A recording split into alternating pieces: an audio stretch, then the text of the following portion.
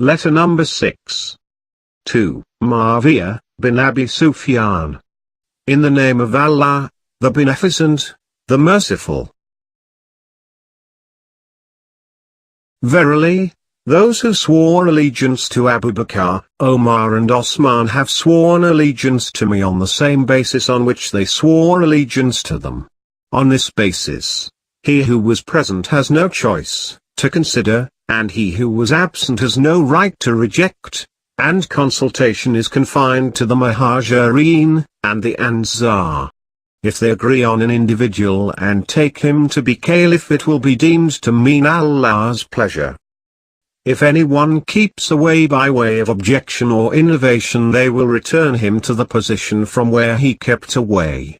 If he refuses, they will fight him for following a course other than that of the believers. And Allah will put him back from where he had run away. By my life, O Muawiyah, if you see with your intellect without any passion, you will find me the most innocent of all in respect of Osman's blood, and you will surely know that I was in seclusion from him, unless you conceal what is quite open to you, and accuse me of a crime I have not committed. Then you may commit any outrage on me, as you wish, and that is an end to the matter.